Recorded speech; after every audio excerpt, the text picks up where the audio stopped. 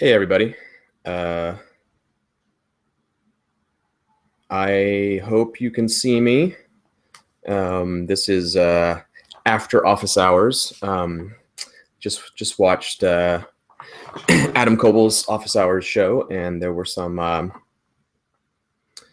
Yes, Dylan. Hello. Welcome to Q&A. You are in the right place.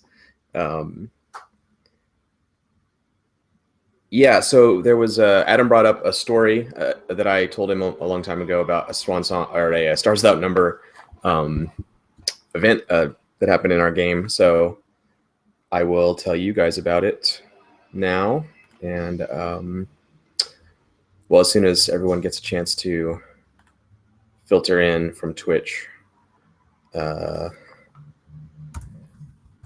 on one second.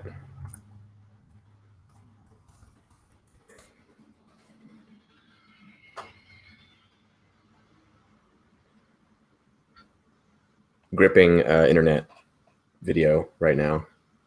Watch John read Twitch chat.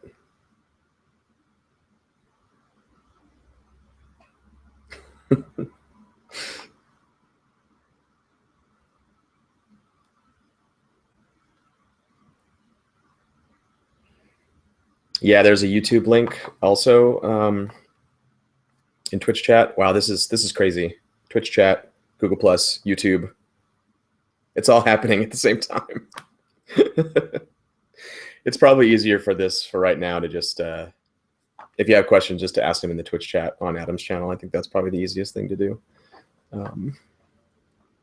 Yes, you can hear me. Excellent. Good. I don't know what kind of delay we're working with, so I'm going to say the word butter, and then you type it in chat, and we'll be all synced up.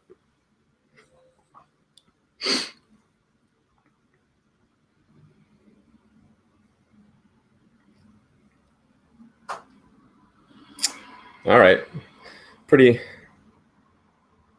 different delay there, but okay. So the Nuke story. So years ago, I had a Stars Without Number game that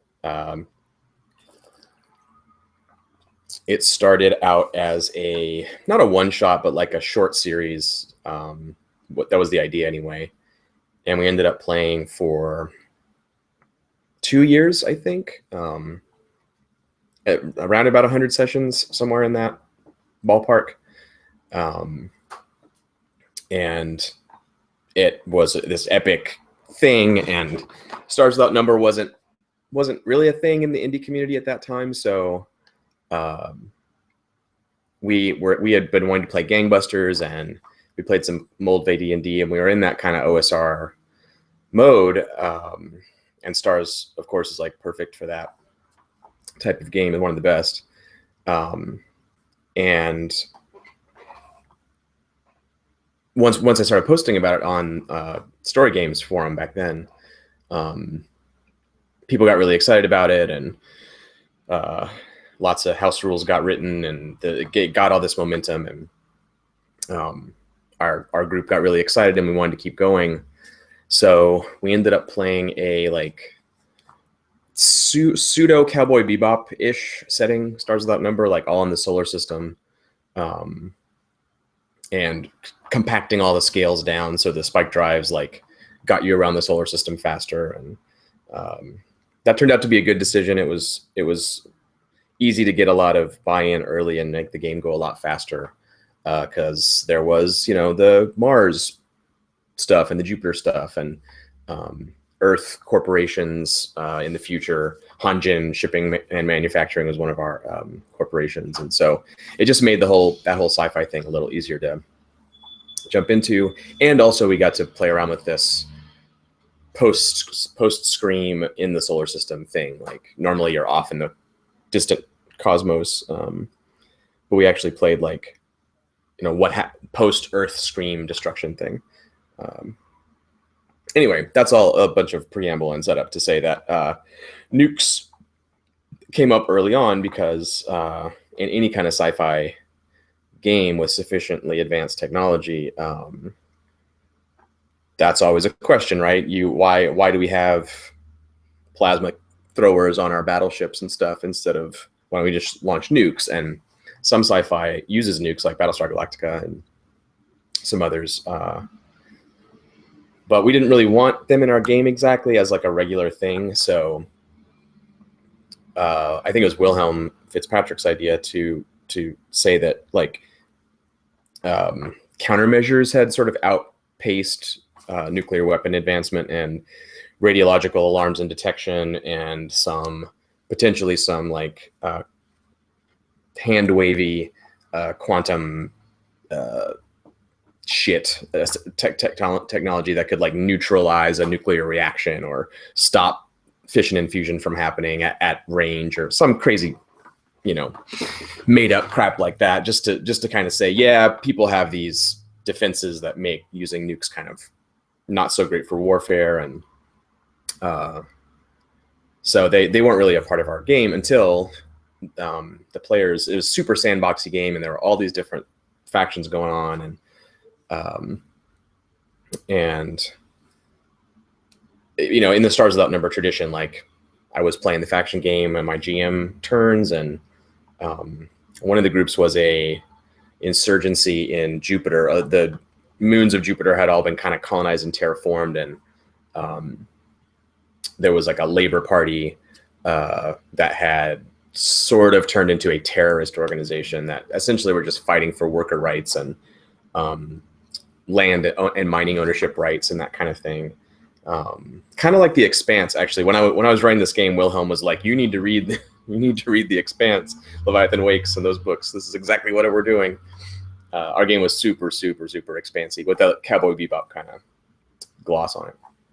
Anyway, they decided, because of one of Ryan's characters, his brother was in the Jupiter insurgency faction, and when they went to Jupiter to deal with some criminals that they were doing jobs for, Ryan's character contacted her brother, and he wanted them to take a friend of his in this insurgent group and transport him to this other place in the Jupiter system and the Jovian moons. And it just so happened that, based on things that had happened before that, the PCs, being PCs, had come into contact with some precursor pre-scream technology, this nanotech, and it had reconfigured some parts of their ship. And one of the things that they had done was to create these sort of sensor-proof pods that they could smuggle stuff in. The nanites had grown through the ship, and they had very limited control of them at this point. They didn't realize that there was this sort of AI system that was running everything. So they kind of went in and brute forced the thing to like force it to grow around these cargo containers so that so sensors couldn't penetrate them, which of course meant that it also like infested their ship more, and that ultimately led to a whole storyline. But when I realized, like, oh, this Brian's character, her brother, like, they trust each other. She confides in him.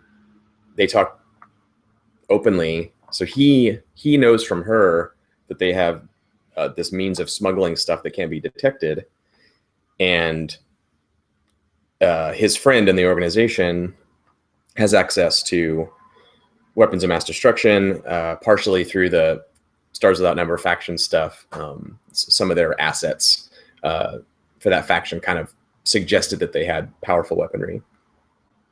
So I decided the faction would use the brother, not tell him, use the connection, get this agent on board their ship with the nuke, and then get them to essentially carry it to the other moon. I think they're going to Io maybe. And detonate it as a act of terrorism against the I forget what they're called, the Jovian Mining Corporation. So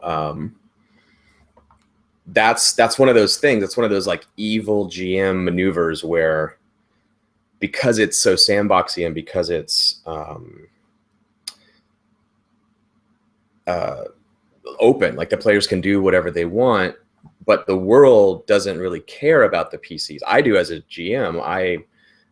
they're the stars of my TV show, and I show up every week to watch this cool TV show about these PCs, but they're nobodies in the grand scheme of things. At least in the beginning, they weren't, and they don't really have a lot of visibility into what these bigger factions are doing, and when something happens kind of one or two stages layers removed from where they are, they're on a lot of defenses against that, right? Like, she trusts her brother. He's like, hey, I have a friend who wants a ride. And she's like, yeah, of course, right? And I'm like tricking them as the GM, but it's not because I'm not trying to have an episode about a nuke being smuggled. I didn't like decide I wanted to, okay, in session 4, we'll have them smuggle a nuke. That'll be fun. And I didn't say, oh, I know what I'll do. I'll poison the relationship between Akana and her brother, because that'll be interesting family drama. Or let's get them embroiled in the labor terrorism war thing in Jupiter, because that'll be an interesting storyline. It was, if you've watched Swansong, like, the way these games go is super sandboxy, and you follow the players around, and you also play this sort of disinterested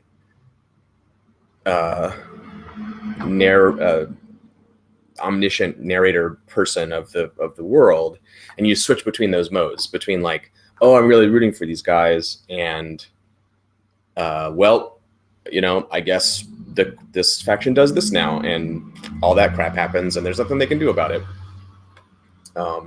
And then when those things intersect, that's where the rubber meets the road, I guess, so to speak.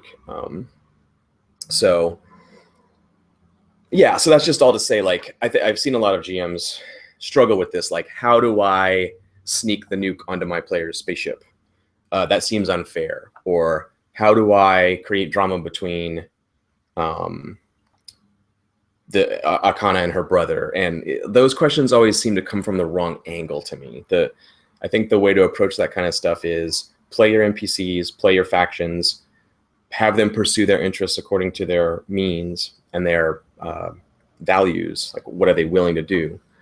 And then when those things collide, see how it plays out. And trying to decide that there's going to be drama between characters, or there's going to be a smuggling operation, or there's going to be a laser fight on Io in the ice canyons, like, that's just a waste of your time. Don't do that stuff. Anyway, all that is to say, we ended up with a nuclear bomb on their ship. They had no idea it was there.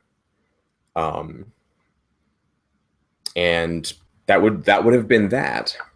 But during the transit, and this is another awesome thing about Stars Without Number, Kevin is just a brilliant designer, because the downtime when you're traveling is a part of the game, and you track out your jump distances and stuff, and you might be in transit for days or weeks, hours at least, and so you can, if you want, you can just say, okay, 2 weeks go by and now you're there. But given players being players, and when at least people I play with, when there's downtime, they're like, okay, I have so many projects I got to do. I'm going to be on the RazorNet the whole time, dealing with our past client, looking for new jobs. I'm going to try to hack that system again that we didn't get into before, about blah, blah, blah. And they're just like doing all this stuff. So one of the things that so I should also say each player has 3 characters. So we had 12 PCs at this point in the game. I think we may have only had 10 at this point. I'm not sure. So there's lots of stuff going on, and it means that there's like fighter types, and there's face types, and there's hackers, and there's pilots, and there's all these different, realms of ability. So one of Ryan's other characters, who was sort of a nascent psychic and kind of a face man type of person, he decides, I'm interested in this dude that we're transporting. I'm going to go talk to him. I'm going to, He's friends with my other character's brother. She doesn't seem to care about, this dude. So my other character will go talk to him. It's kind of a weird multi-character thing happening there, but so they just go to have a conversation, and I decide, okay, I got to roleplay this guy. Who is he? How did he get chosen for this mission? Is he super important so they trust him with the nuke? Is he a patsy? He doesn't know what he's carrying. If he does know what he's carrying, can he possibly just be cool about it and not be weird and not seem nervous or, So all these questions are going through my mind. And I decide, yeah, he's very important, and he's like a top ranking person. He knows what he's carrying. And he's not a leader, but he's like a elite agent in this organization. And he's been specifically instructed not to let the thing out of his sight or leave it at any time. Because I was like, okay, this is such a big deal. You would probably give someone like these very black and white instructions, no exceptions kind of thing. But the problem with that is it makes you act strangely, right? In a social situation, Ryan's character, ask the guy to come down to the galley and have dinner with the rest of the crew or whatever, some kind of social prompt to hang out and get to know this guy. And he's like, no, I'm going to stay here. It's fine. And it gets really strange, right? Because they're in transit for days, and this guy never leaves his room, and like he brought his own food and water and stuff, and that's a little strange. And they just started to think like, this guy's weird. So that's enough for PCs, right? That's all it takes. It takes less than that. And Operation Figure Out What This Dude's About went into full swing. And this was just because the player expressed an interest in this. Like, again, it wasn't me saying, oh, here's a mystery for you to investigate. As far as I was concerned, they had no reason to ever even talk to the dude. And they would have found out about the explosion a few weeks or a few days later, probably after it happened. And they would have gone, oh shit, that was us or something, But because of the player's initiative, it ratcheted down from this sea of possibilities to, well, yeah, I got to tell them this dude like isn't leaving his quarters and he is acting weird. And then once you hit that level and the PCs, it goes from like anything can happen down to in the scene, in the moment, in the room, in the hallway. Then you start making rolls, right? Then it's like, okay, I want to just, interact with the dude and like have a little charisma check battle with him and see if I can get a read on him. And then after that, like, okay, now I have this new psychic power. I'm going to try to like get low level, emotions or impressions off him when he's sleeping and hope I don't totally fuck that up. And, so those rolls happen and the successes start to snowball. And then the failures come in, and that's what ultimately led to them getting the nuke. The story's already really long, so the shorter version is one of the psychic things went awry. This guy realized that there was a problem. He sealed himself in the room. He like welded the door closed, and had a contingency plan for what he was going to do. He basically tried to, well, he did hide the nuke in like inside the bulkhead of the ship. But ultimately they got in, they attacked the guy. And during the skirmish, he was killed and the nuke was hidden in the bulkhead of the ship. And they were like, shit, that guy, we got to get on the comms. We got to talk to your brother. And like, who was this person? What was he up to? This is crazy. And I'm thinking, all right, did this guy set a timer on the thing before the confrontation? Is there a ticking nuke in the bulkhead of their ship that they can't see? And like, when they get to IO, is it just going to go off? Like, am I really going to do that? Like, because that's what I would do if I was him, and the mission was at risk. Okay, that's what I'll do. So in my back of my GM brain, I'm like, all right, that's what's happening. And when they get to IO, I'll use the mechanics, and they'll scan the ship, and they'll use their defenses, their like scan-proof defenses. And if they win out, then the IO anti-radiological systems won't go off, and they won't know, and shit happens, right? And about, I don't know, 5 or 10 minutes later in the game, he's like, I don't know, I just got a bad feeling.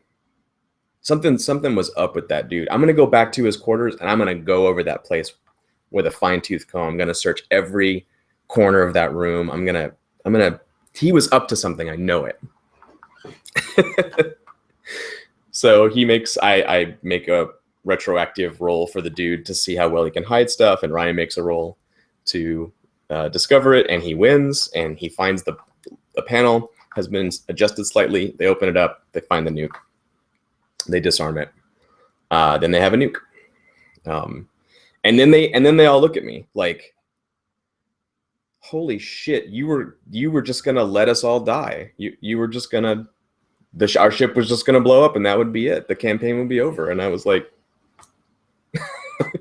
what do you want? And that was good. It was a turning point for the game. The gloves were really off. They really understood that. And it was this player-driven sequence of events, getting into trouble in the first place because of things that they were pursuing, including the stuff they didn't know about, these like bigger picture issues that were not on their radar. And then ultimately saving their lives just by, being curious explorers of the game. I'm interested in what's happening here. I'm curious. There's more to this, and ultimately, like, that all circled back, and they ended up going back later and dealing with that group that almost blew them all up. And Ryan's, one of his characters, the one her brother was in the group, she ended up leaving the ship. She ended up like siding with her brother and like leaving play because of that. Oh yeah, Figure 4 asks, who did they nuke? So I guess this is the other interesting part of this thing. What happens when your PCs get a nuke, right? Of course they use it. No, they didn't. They never used it. And it's funny too, because they ended up being in trouble with some really heavy hitters who they didn't have the capability to really fight. And so they went through, I don't know, 10-session arc of essentially trying to wipe their identities and get rid of their nano-enhanced ship, which one of the PCs had been like grown into at this point, so he could never leave. And they went on this long journey to wipe all their stuff, start fresh, completely new identities, new ship, walk away as the ship burns down behind them. And they could have potentially used the nuke to cripple one of those enemies and maybe not have to change their identities and everything. And I assumed that that's what they would do. But they didn't. They ended up trying to make some black market deals to sell it. And when they realized that that was going to be super dangerous, the kind of people that were able to buy a nuke from them could more easily just kill them and take it. So they made a deal with one of their black market contacts for a very small fraction of what it was worth. And plus some new identities and stuff in trade. And it slipped away into the black market. And I tracked it for, I don't even know, many faction turns after that. I tracked where the nuke went and who had it and what they were planning to do with it. But ultimately, it kind of seemed like it wasn't going to be used by anybody. So I stopped caring as the GM, and it ended up back on the shelf somewhere. Which is, that seems like, what a fizzle. You get a nuke and nothing happens. But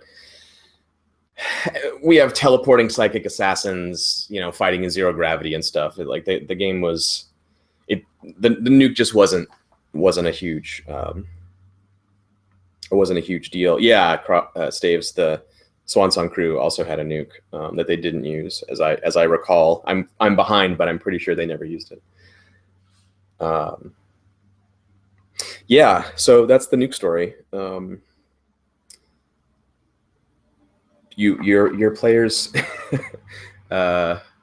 can that like the I guess the lesson to take away from all this is don't babysit people. When you're a GM, don't put yourself in a position where you're an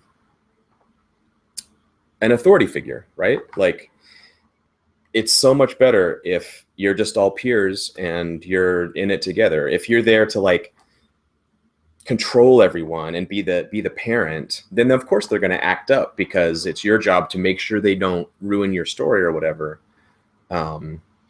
If you put yourself in a parental role, someone will put themselves in a child role. That's just a psychological thing that happens. And if you're always constantly saying like, no, put that down, no, that's not for you, no, stop, no, what do we say? You know, that's ridiculous. That's a terrible way to hang out with your friends. As the GM, you're running the whole world and they're running their players, but you're just peers together. You care about their input as much as they care about your input, and no one is the boss of anybody else. It's not a control game. It's cold-blooded consequences, sure. Like, yeah, there's a nuke in the bulkhead of your ship you don't know about, and it's going to go off and kill all of you. That's powerful, right? That the GM has power in that way. But I don't have I'm not the authority figure among the real people around the table.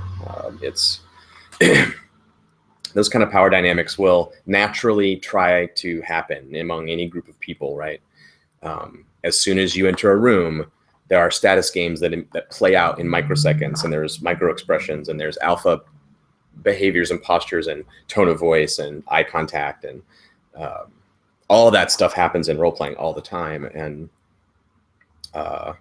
be vigilant about it. You know, really pay attention. Like, ask yourself, like, am I parenting this group? Am I their babysitter for the night? And they try to get away with stuff, and I tell them no. Is that the relationship that I've fallen into?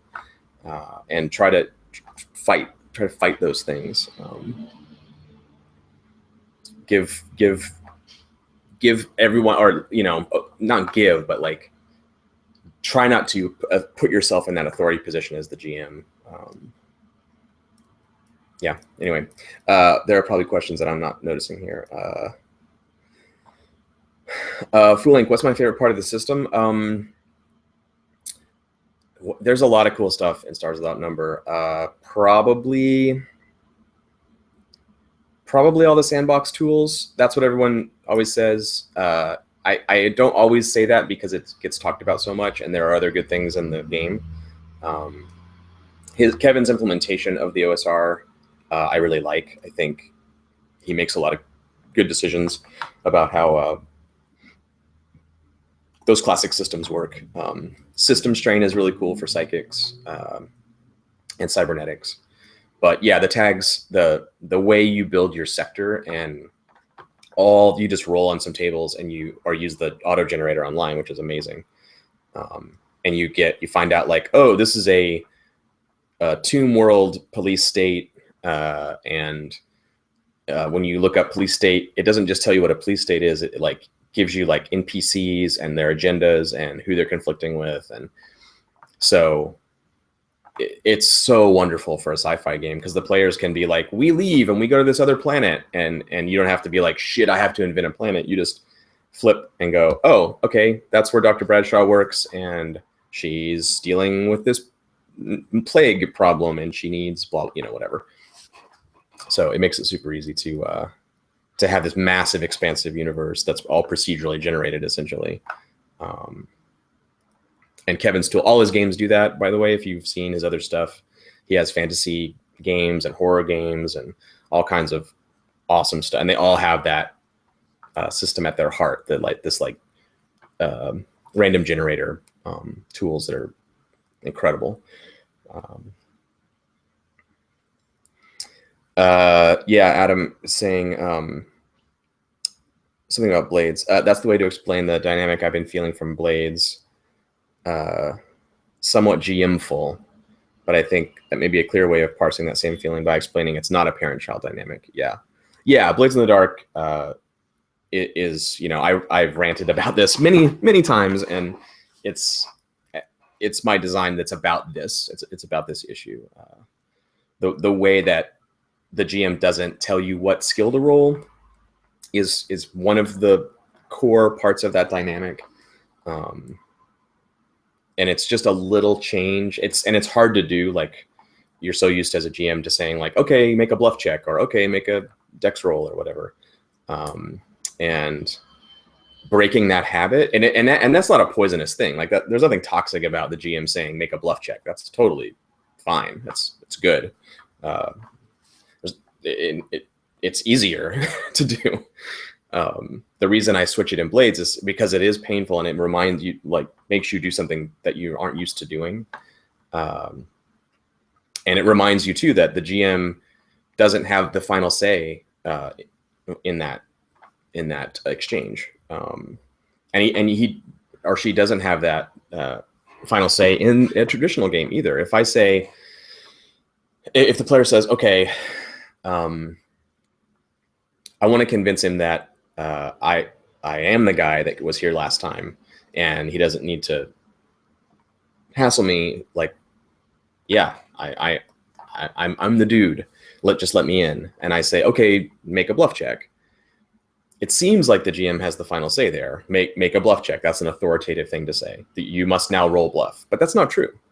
What actually happens is when the GM says make a bluff check, everyone in the group has to confirm that, and they do it silently in a microsecond without saying anything. 99% of the time. But when they don't assent to that, you realize immediately that the GM doesn't have authority, because you say make a bluff check, and then one of the other players goes, "Oh, wait, hang on. Isn't this? I mean, this is more like fast talk, right? Like, in this system, like, bluff is for this and fast talk's for that." And actually, he could roll. You have the disguise perk, right? So when you have disguise, I mean, it's not really a disguise, but he does look like that other guy, so he's kind of disguising. And then everyone starts shifting around, and they're like, okay, yeah, does disguise count for fast talk? It does. Okay. Yeah. Okay. Why don't you make a fast talk roll with the +5 bonus from disguise then? So at what point in that process was the GM's word authoritative, right? It was always contingent on everyone else going, yes, now we will make a bluff roll. And when push comes to shove, in Stars Without Number, let's say, if no one can agree, the GM does get to say, it is a bluff check.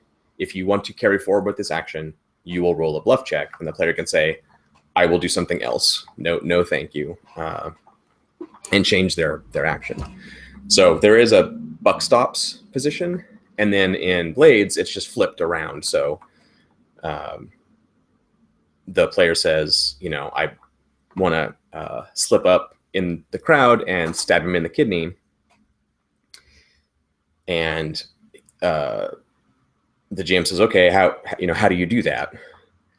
And the way the player answers that question is how they choose their action, and that's definitive. They say, I shove the people out of my way, and I grab him by the shoulders and spin him around and stab him in the kidney, or I slip through the crowd without disturbing anyone, Assassin's Creed style, and I silently just shiv him in the back, or whatever. And that answer, the first answer is skirmishing with the guy. The second answer is prowling up and stabbing him.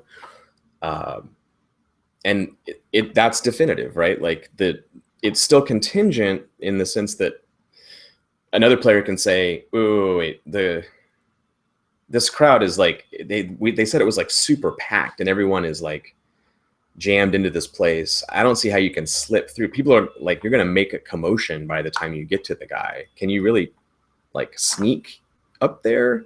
And the player might say, yeah, okay, you're right. I guess I just have to start elbowing people out of the way. So I'll skirmish him instead. But when it comes down to it, the GM can't say, no, you are going to elbow people out of the way, so you have to roll skirmish. Obviously, that's ridiculous. The GM doesn't get to say what your guy does, right? So that's how that mechanic twists in Blades, where you get to pick your skill, but really picking your skill is saying what you do, and that puts it back on the player. And then the GM sets the position of your roll, like how bad the consequences might be. So if it's skirmishing, then I might say, yeah, all these dudes here are his buddies, and you're just going to start elbowing them out of the way, walk up and stab him. Awesome. Roll your skirmish. That's a desperate roll. Let's just do it. Or you say, I'm going to prowl. I'm dressed like one of them, so, in the confusion, they may not even notice. I prowl up and I just shank him. Okay, that sounds controlled. Controlled prowl roll. Or someone might say, I'm going to use wreck. I'm going to take a sledgehammer and smash out the supports under the stand, the platform that they're on, and when they all tumble down, I'll fall on the dude and kill him. Okay, right? That's risky. That sounds risky. So the GM always has that answer. It's like player picks the action they're using, GM sets the position and also the effect, right? Like it sounds desperate with great effect, or it sounds risky with limited effect, or whatever. And that's less the GM saying, here's your difficulty number, and more saying, I'm going to take the fiction, the bubble of fiction that may be somewhat mushy, and we have a vague idea of where everyone's standing and stuff. But when I then say it's desperate with limited effect, and you go, wait, what? Why is it limited? I'm smashing the thing down with a sledgehammer, and then I'm running in there and stabbing the guy. And I say, oh, well, yeah, but like there's like 4 supports under here, these big posts, and you're going to have to smash away at them for a while, and people are going to be running all around, and this guy is not going to be that vulnerable by the time you attack him. And the player says, oh, I thought this was like a rickety little thing that I could just knock one piece out and it would all come tumbling down. And then we're back in the conversation, and we, navigate that space and nail down the fiction even more strongly and ratchet it down and to the point. And all the work of like choosing the action and choosing the position and choosing the effect isn't wasted. It's not like time where we're not playing the game or something. It's all the time we spend doing that is making fiction. Like, let's talk more about the fictional space, create more details, paint a brighter picture in our minds, make everything more vivid as we figure out, where to land on those things. Let me look at the questions here. Foolink, can I make Swamp Panthers canon? Yeah, I think they're awesome, and the art that you used for your hound's pet reminded me of, in our old Shadow of Yesterday game a long time ago, we had cloud panthers that were these like sort of like displacer beasts, but they were like made of this like mist, and they could solidify into these panther things and then turn into clouds, and kind of reminded me of that.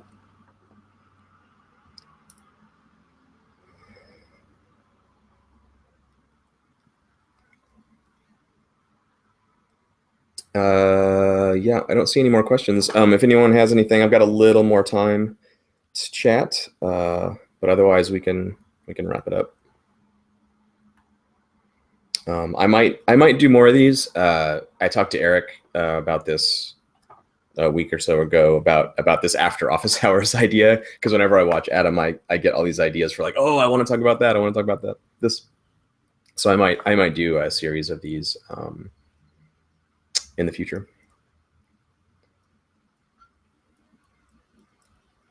Okay, more questions. Let's see.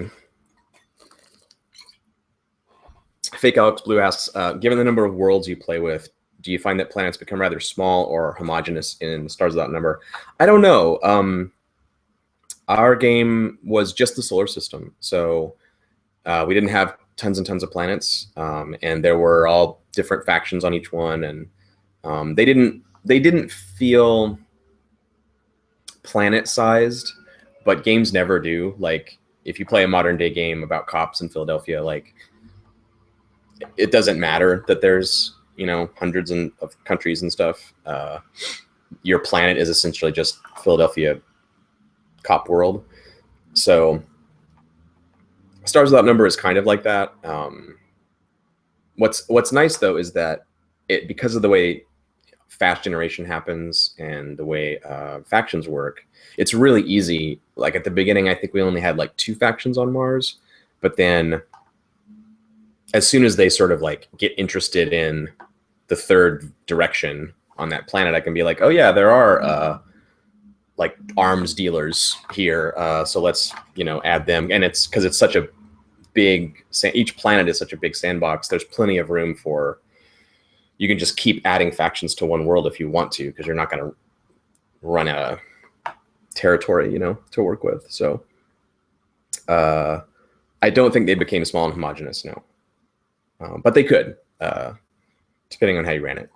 And that could be fine too. Like a more Star Wars approach would totally be fine, where each place is like one thing. You go to the jungle planet where the gorilla camp is, and you go to the ice planet where the nano manufacturing is, and it's this jet-setting, galaxy-spanning adventure. That's fun too. In fact, I kind of encourage that. One of my buddies was running Stars Without Number, and they were on session 14, and they hadn't left the spaceport yet. And I was like, "What are you doing? Like, how is this Stars Without Number? They don't have a spaceship, and they haven't done, like, they're just hanging around Mos Eisley for 14 sessions. Like, I don't know. That seemed weird to me." Speaking of Blades, what's the economy of heat supposed to feel like to you? To the player, you mean, Staves? You don't mean me as the author, I guess. The economy of heat is it's 2 things. It's a way to always prompt the players to think about their exposure, even if it isn't, like, even if nothing happens, even if your entanglement is not that big a problem or something, or you get it and then you take care of it in downtime or something. It's supposed to always be there. Oh, it's a little bit like hit points in D&D or something. If my fighter has 100 hit points, I'm fine. And when I have like 40 hit points left, I'm concerned. I'm like, I need to heal. Like, I only have 40% of my hit points, but I'm fine. Like, I have 40 hit points. Nothing's gonna kill me anytime soon. But like, I know, like, oh, that's a problem I need to deal with. And heat is one reason it's there, is to do that, to always have this like meter that's potentially going to cause bigger problems, and you got to kind of deal with it, so that it doesn't just have to be constantly a GM thing. Like in other sandbox games, you have to just manage all that as the GM. You have to like keep track of, okay, how much heat are they drawing, and there's no number for it or anything. It's just this nebulous kind of like, you have a bad feeling about this corporation or something. So yeah, so that's part of the reason it's there. And the other part is like stress for characters. It puts a lifespan on the crew, potential lifespan on the crew. If your wanted level gets too high, like outpaces your growth, you can get wiped out, and then using incarceration to relieve that pressure as a pressure valve is a way to introduce jail into the game, which is always really hard in role-playing games. Players will fight to the death instead of being captured, and this just makes it kind of a sort of aside, like a little mechanical notion in the game, like, oh yeah, by the way, you have one in level 1 now, so a magistrate is gonna try to prosecute you if the bluecoats round up one of your guys or some of you. They'll put you away. They've got the evidence, and then your wanted level goes down, and the players can sort of volunteer for that, or keep trying to escape every time the bluecoats come to arrest them. That's an option too. But prison is such an important part of a criminal role-playing game that I wanted it to always just sort of be an option that the players had a little bit of control over. So yeah, that's I don't know if that answers your question, Staves, but let's see. I think we have one more question, maybe. Where are we? Here we go. Does Blades have a way for groups to battle, like say 30 bluecoats versus 30 hired thugs and the PCs in the middle? Yeah. It's a little bit like Apocalypse World, if you've played that, or Dungeon World, where there's scale, there's gang sizes, and if you're a bigger gang, you suffer less and inflict more harm, basically. So if you have two big gangs fighting each other and the PCs are involved, if they're like in the skirmish, then it's up to them, like what they do. If they're like, I'm gonna pick off this dude in the skirmish, then that's just one-on-one, and you can handle it that way. If they decide, like during the skirmish, like we're gonna help the large gang take out the other large gang, and in some coordinated way, then you need to do command stuff, and then compare scales and fight as units and compare harm that way. That gets a little more abstracted. So, the gangs inflict harm on each other, and the PCs will be part of that exchange. So it'd be up to them to suffer some of that harm or resist it or whatever. And yeah, the PC steamrolling NPC fighters isn't really a thing in Blades. The range is super narrow in Blades in the Dark. Like World's Greatest Fighter and starting Blades character are really pretty close together on the scale, because we don't really care about the non-scoundrelly people in the world, the people that just your local cake decorator or whatever who can't hold their own in a fight. Like it's not that, like, they're not on the scale really. A starting Blades character still gets, even if they have 0 fighting dots or dice,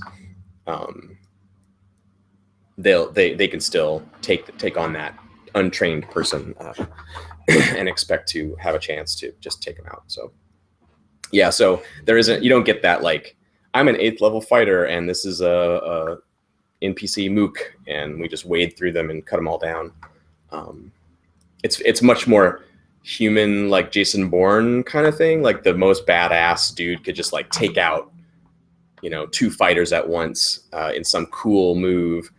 But what happens when Jason Bourne gets surrounded by a dozen guys? They get him, and that's kind of how it works in Blades too. And there's a thing, I just wrote this example the other day. There's some techniques for short circuiting some of that, instead of going because there's no rounds of combat. So sometimes you get into those weird situations in a normal combat game where there's rounds, where you're going through the motions to see how the PC loses against this force that is too powerful, or if they run, or the rules let you down, and because it's broken up into these freeze frame moments, the PC starts just dominoing down the horde, and then after the fact you go, wait, he just fought 50 goblins at once? How did that even happen? That was ridiculous. but the rules kind of let that work because of the way you could like move your guy on the board or something. So there's a thing in Blades, in the example section for actions, one of the techniques is to say, okay, this is an overwhelming force you're facing. It's you in the Lamp Black's headquarters. They've decided that they're going to take you down, truss you up, and deliver you to the Bluecoats as a patsy. Do you flee or what? This is your chance. There's a window behind you. Like, are you running or not, or talking or whatever? And if they say, I draw my knives and I say, come and get it, then you can sort of condense that down and say, okay, how badass is your guy? Like how many? There's 11 thugs in this room with truncheons and knives and a length of chain, and they're all fighters. They're all tough people. How many of them can you skirmish with, tangle with, before the group takes you down? So it isn't a question of, let's see if you win this fight, right? We know that you can't do that. It's like saying, I smash down the watchtower with my hammer, right? Like, we know you can't. We might find out like how many bricks you can knock out of the wall before the owner comes out and tells you to stop. But it's the same thing with this fight. It's not like, I'm going to fight them all and I'm going to win. So we can still roll and we can still exchange harm and we can still have consequences and reversals and stuff. But we know that you're not going to win the fight, right? Now, maybe on the first roll, when you say, yeah, well, I have skirmish 4, so I'm going to just murder one of them in the first exchange. That's what I'm going to try to do and keep their hands off me, essentially. If you roll a crit or a good roll at that point, like, maybe that's what happens. And then the 10 remaining dudes have to reassess their lives at that point. Yes, they can beat you if they press the issue, but if the stakes are you're going to kill one of them every time they rush you, maybe they're going to decide, you know what, okay, you can leave. But if that roll goes badly, then they get you, and you don't even kill anybody. You don't draw any blood or whatever. So there's a lot of places in all role-playing games, I think, where that's a useful technique. In Blades, I'm calling it out specifically, but it saves you so much pain in so many games if instead of saying, okay, roll initiative, and then spending the next 4 hours discovering what you already knew at the beginning of the fight, it can be really useful to say, all right, what can you actually accomplish here? Let's use our mechanisms, our skill checks, or our attack rolls, or whatever, to see if you can accomplish some subset of a thing in this battle. Because we know you're not going to kill all the dudes. So let's not go through round after round after round of combat just to find that out.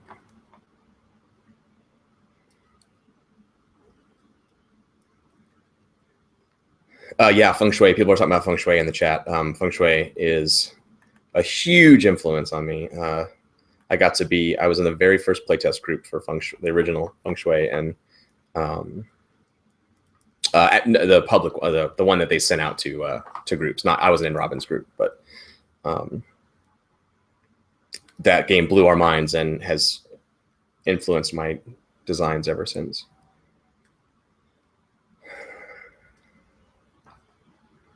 But feng shui uses mooks, and mook rules are awesome. Adam's using them in Balance of Power right now, but they are not right for every game, and they're not right for Blades in the Dark. People are not mooks. It's a world of people, so that ghosts and demons can be special and weird and crazy, but people are people in Blades, and everyone, you puncture their carotid artery and they bleed to death, and there's no 10th level fighter stuff happening in Blades. It's and that again, that's what makes the whole heat and factions and criminal world thing function well, because there's no one's untouchable. you're untouchable because your organization is dominant. But a guy's just a guy. If you sneak in and poison the dude, you get him. And when they come for you to burn down your lair and kill you all, you know, PCs can survive that and not die. That's one of their special things. But you can't like have a better attack bonus or something and mop the floor with these people. Your safety valve in Blades is NPCs can't kill you unless you allow yourself to be killed. So that's that balancing factor. You start out as an organization that can be easily snuffed out, but you can't be killed. So the game, it's not an OSR style game where you're constantly regenerating the party and creating new characters over and over again. You might have to suffer growth and destruction of your organization, but the PC's tails can, you know, carry through all that, if that makes sense.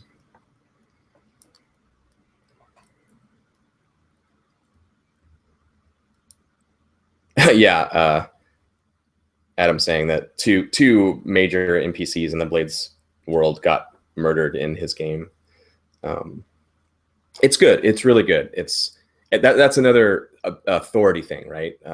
GMs often are used to their villains. You know, I have my 9th level vampire or whatever, and he's going to show up and taunt you, and what are you going to do? Haha.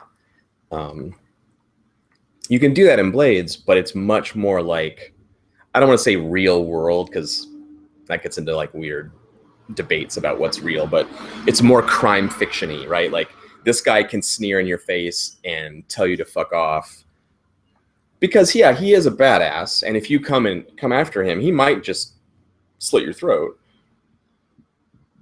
But also he knows you don't want to mess with him because even if you kill him, like he has 100 dudes who are going to make it their life's mission to burn down your houses and kill your families. And, you know, that's where the danger is. It's, you know, you're never going to be able to fence your stuff again, or you're suddenly going to find yourself on wanted posters all over the city, or those kind of consequences. Person to person, blade to blade, fist to fist. It's very dicey. It's very, you can really mix it up with just about anybody if you're willing to take the risks. And that also means that the whole situation is volatile. There's, you know, it says in the book, like, so-and-so runs this organization and they're this powerful criminal group, blah, blah, blah, blah, blah. That's true until the first second of the first session of the first game. And then all bets are off and no one's untouchable. No organization like has to endure forever. And, oh, you could never take down the unseen. They're too powerful. Like, yeah, anything's possible. Staves, what about person to vampire? Yeah. So there are that, and that's where effect comes into it, right? There's fighting the vampire is a little bit like, or not so much the vampire, a little bit like this, but demons are probably a better example. And this is in the book, actually. The Tower and the Demon is what the page is called. It uses the example of someone trying to knock down a tower with their hammer as an analogy to, I take out my sword and I fight the demon. They're both kind of like not super achievable goals. When you try to knock down the tower with your hammer, the GM says, you knock a few loose stones off of it and your arm hurts. And when you say, I attack the demon with my sword, the GM says, the steel clangs harmlessly off the demon's scales, it grabs you, it breaks your back. Do you want to resist that? But those are the extreme cases, right? And in order to have that conversation, you need to put it on the spectrum. And it's not like, oh, there's no way to beat a demon. It's they have advantages in essentially quality, scale, and potency, and they have all those advantages in hand. Your effect is essentially 0, and theirs is essentially so dominant, like 6, we might call it, fatal, beyond fatal to you. So when you tangle with them, you're doing nothing, and they're doing fatal, and the dice, see who gets to affect whom and how much, and who avoids the harm. But once we've established that the reason demons are like this is because they have these qualities, then it's all part of play. It's not a fact in the sense that like you're a level 2 fighter and they're a level 20 dragon, and there's literally no way for you to hurt the thing. It's more like, okay, if demons have potency against humans, is there a way to remove that? If their hide is immune to weapons, is there a way to make them vulnerable? If their scale as an individual is like fighting a troop of soldiers, what if we bring 2 troops of soldiers? And then you start balancing the levels, right? And you do that by investigating the fiction and taking actions that will change the equation. But yeah, by default, against people, you mix it up. Against the supernatural, the way the effect rules work, it's meant to tell you, like, yeah, you can fight this thing, but you're not going to hurt it, or vice versa. There are cases where the players will be in that position. Well, they'll have such a dominant set of advantages that their enemies can't affect them very well. That happens with the supernatural stuff sometimes, especially where a group will like get super into the occult stuff and build some kind of awesome arcane thing, ritual or device or spell or something, and then they will steamroll ghosts and stuff. They'll be like, you can't hurt us, ghosts. And then you're playing the game because people find out you have something that makes you immune to ghosts, and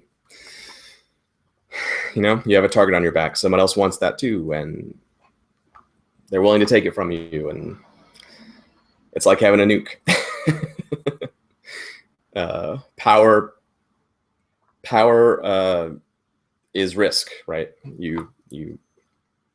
What's the saying about the nail? The nail that sticks up is the nail that gets hammered down, I think is how that goes. Oh, hey, Suzanne.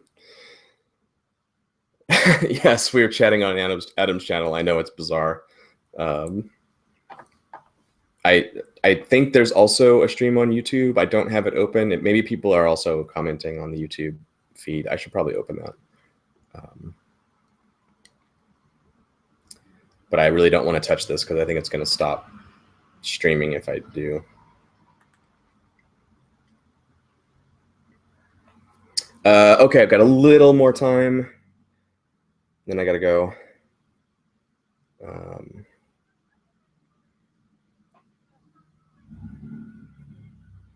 Figure 4, your crew is getting close to controlling Crow's Foot. Nice, that's great.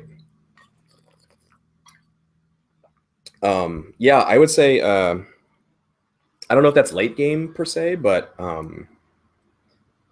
it depends on like what controlling Crow's Foot means. If have they decided to consolidate their power, not move up tiers anymore, and like be content with running the district, then that might be sort of end game type material potentially. A nice send off for the group, like, yeah, you did it. You went from nothing. You run Crow's Foot, hooray! Or that might just be a stepping stone. Okay, now that we run Crow's Foot, we're gonna whatever, and then there's like another phase beyond. But that's there's a lot of breakpoints like that built into the game where you can kind of assess, like, okay, have we plateaued, or is this our new foundation for whatever comes next?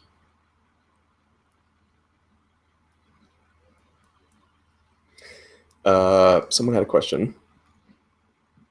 I noticed that the PCs get XP for background, heritage, vices, beliefs, etc. I was wondering why you decided against putting a dedicated spot on the character sheet for personal beliefs and ideals. Oh yeah. That's a really good question.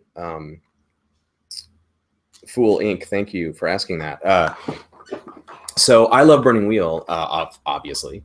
Who doesn't? But there's two things. I played a lot of Burning Wheel, and I love it. I'm not giving Burning Wheel a hard time. It's a wonderful game.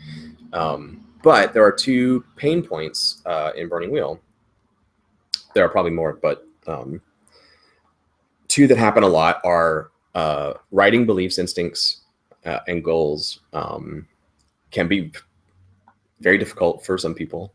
It can be very difficult for me, even when I'm making my 80th Burning Wheel character or whatever.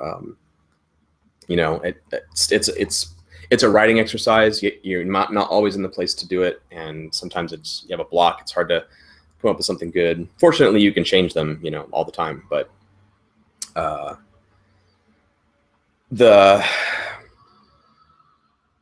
that's one point of pain. Sometimes writing beliefs can be really challenging, and it can be like game stopping. Like, okay, we can't continue until everyone has a good belief written down, and like, I don't know, bleh. I don't know what to do. Again, not the end of the world, but it can be a point of pain. And then there can be a tendency for people to kind of like oversimplify their character sometimes, where they go, well, I believe that the Church of the Ecstasy of the Flesh is evil, and it says so right here on my sheet. And so I don't even bother bringing them around. We're not going to do business with these people. We're not going to talk to them. This is my belief. End of story. And in Burning Wheel, you play to find out if you really believe that, and the GM is instructed to push. And how about now? What if this happens? What if that happens? And the whole point of Burning Wheel is to do that. That's all. That's the reason you play the game, right? And Blades that's not true. In Blades, your beliefs and your drives are important in a way I'll talk about in a second, but that's not what the game is about. The Burning Wheel cares about your beliefs. It's the core thing of Burning Wheel, the point of play. The point of play in Blades in the Dark is to find out what happens to this crew of scoundrels. Do they rise up? Do they plateau? Do they get destroyed? Do they betray everyone? Are they good to their friends? Do they become rich? Do they become destitute? We track the ups and downs of this crew. That's why we're here to play. The GM is not there to come up with interesting foils for your beliefs or anything like that. So having static beliefs written on the character sheet isn't productive, really. It's more productive for that to be the kind of thing that you have to always think about, like reassess when it's time to do XP, and be thinking not like, what does my character believe? Like what defines them? It's more like, okay, do I get any XP now for drives, beliefs, goals, heritage stuff? Yeah, which one of those have I really been doing lately? I don't think I have a belief really, but I am all about my vices. I've been hitting that really hard and making that very prominent. So I'll take XP for that. It's a way to constantly reassess it and change over time if you want to, ignore something for a while if you want to. Just have that be a really fluid thing. Because another position that I take for fiction writing or for any kind of media creation or anything is characters aren't. An old writing teacher told me this. I forget who she was quoting, but anyone will do anything at any time for the right reason. There's no such thing as a static character that has one way of being in the world. The pacifist monk will murder someone, and the circumstances around that are going to be really interesting, probably. But in role playing, I've just seen it so many times from so many players where they treat that thing as an on-off switch, a black and white thing, and they're like, nope, I don't do that. Nope. And it's just off, out of the game, off the table. I don't like that. Blades isn't about that. Blades is about playing to find out what happens. It's more in the Apocalypse World camp, I guess, in that sense. What are your Apocalypse World characters' beliefs? You know, that you have them, but you don't write them down. Anyway, long way to answer that question. Yes, Adam says real world criminals tend to have very fluid belief structures. I would say I have a pet peeve that I'll mention now. Criminality is a thing. I don't think there are criminals per se. That's something that I just think people do commit crimes, but they are not criminals. In the way that people have sexist behavior, but they're not sexists. I don't think it's particularly good to make it an identity. I think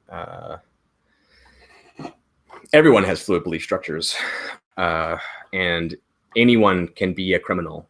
You're all one bad day away from going to prison. It's not, criminality. I don't know. I don't want to go on a political rant here, but part of the point of Blades in the Dark is that the system is broken and unfair, and including some of the mechanics in the game too. And when you're in a system that is unfair and doesn't play fair, doesn't give you outputs that you expect from your inputs, you may be put in a position where in order to prosper, or even in order to survive, you have to not play by the rules. And the mechanics of Blades let you do that by exploring, new ways to implement the mechanics. And then the system of the political system and the social systems of Duskwall put you in a position where you're not going to get anywhere just by being a citizen, being a cog in the system. And so breaking out of that, criminality is one way to do it. Being born super rich as a noble is another way to do it, but that's not an option for PCs in Blades. And sneakily, just getting a job is also not an option for characters in Blades, just because it never is mentioned in the book anywhere. And it's a sneaky maneuver on my part, right? To not mention doing actual work in exchange for coin. That's not a thing you can do.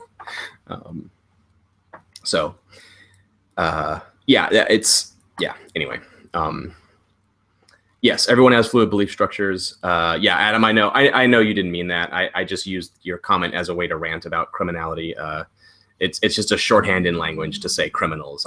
I totally get that. That's not your fault. That's just English being English. That's how we talk.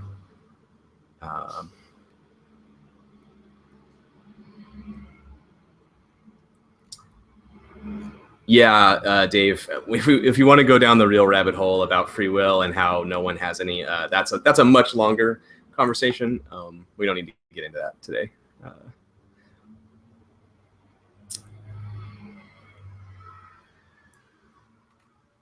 Somebody had another question that I think I missed.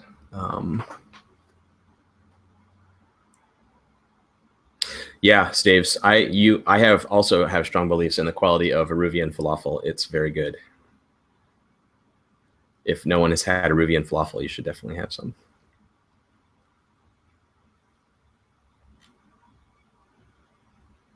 I don't think I see any other questions. It's about time to wrap up. I gotta head out here pretty soon.